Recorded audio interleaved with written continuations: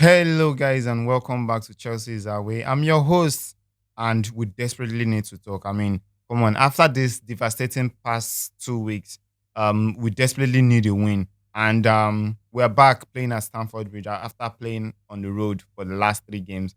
We're back at Stamford Bridge, and it's a must win for us. Honestly, it's a must win, and it's a thick one and a very tough one. And so I've actually broken this match preview into different segments, and I'm going to take it one at a time.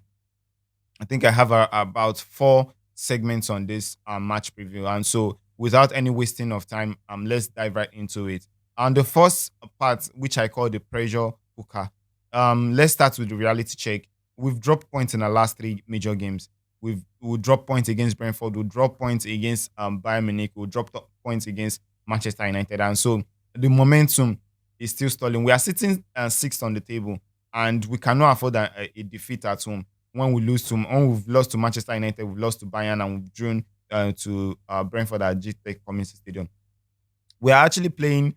We are at home, and we are playing Brighton and Hove Albion. Brighton might not take it easy because they are always a well organized team. I mean, whenever we play Brighton, they come out and they give us the best of their football, and they may be sitting 14th on the table, but they are capable of playing great football, punishing mistakes, and Maresca's job now is to prove that he can motivate this squad to overcome a challenging week and deliver a dominant display in front of our home crowd. And the players need to put in a shift and fight to also show their quality in terms of their gameplay. And so to the second segment, which I call the Kopama crisis and our suspensions. I mean, the biggest and the worrying part of this segment is this particular segment. The injury crisis has escalated into a full blown emergency issue. The biggest news dominating the headline is Kopama. I mean, after limping off against Manchester United and with the recurring groin injury, he's reportedly missed training and looks set to be out of this game. So this is going to be a very catastrophic one for us. He's primarily a creator. He's a set piece specialist, and he's the player who brings the most creativity to the team, to our attacking front. So losing him is actually going to really affect us. But we still have the likes of Jao Pedro Estaval who could come in, even Enzo Fernandez who could actually play in that number 10 role. So we are also without our goalkeeper Robert Sánchez after the straight red card that he had against Manchester United on Saturday. I don't know if he's going to play this game after missing the game against Lincoln City in the Carabao Cup. So with this, whoever it is who is getting the glove, whether it's him coming back or some other person, maybe Flip Jorgensen coming in to take the glove from him, would honestly need to be in their best performance.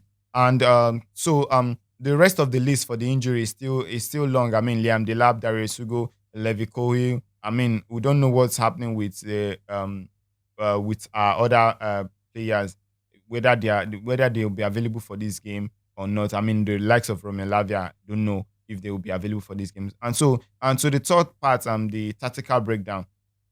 Given the absence of the players that we have, Maresca has to adjust. I mean, the focus should shift entirely on the available players, not the ones that will say, okay, I want to manage. The ones who are 100% fit to play this game are the ones that I would say, yes, they are available. And so Maresca should adjust to the entirety of the available ones. And so this brings me to the engine room, the first part, the midfield of Enzo Fernandez and Moise Caicedo.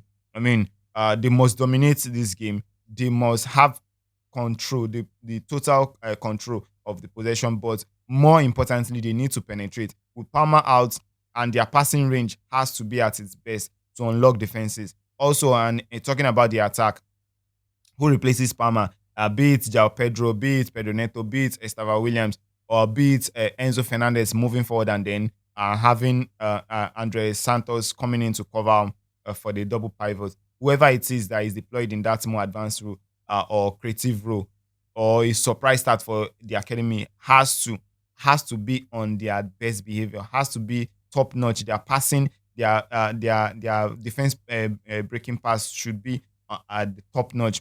Also, we need fluidity, movement, and ruthless finishing. I mean, I don't want a sluggish finisher.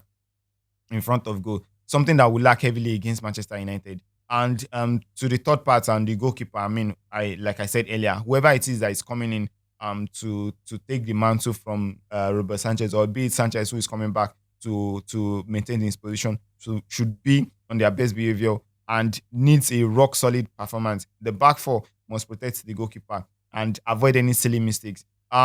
We need to see a high tempo football, lots of width and quick ball into the box. We cannot afford the slow, predictable build up that teams at Stamford Bridge often frustrate us with. I mean, coming to sit back and then hitting us on the counter. That is what I don't want. And to make the final part, my prediction.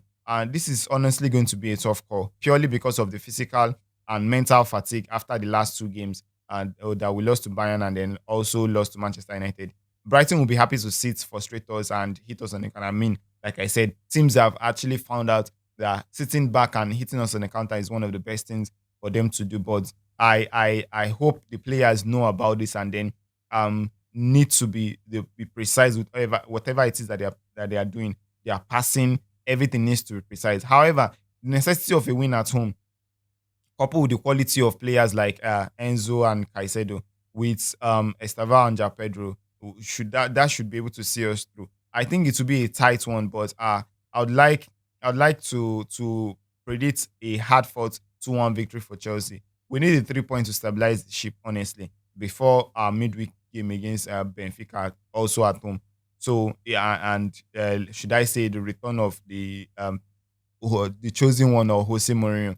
I mean, so with this, let me know what you think. How should Maresca line up without Kopama? Drop your starting 11 prediction in the comment section, and don't also forget to like and subscribe to this channel. And I'll see you on Saturday evening after the match for my instant match reaction. But until then, keep the blue flag flying high, and I'll see you in my next video. Bye for now.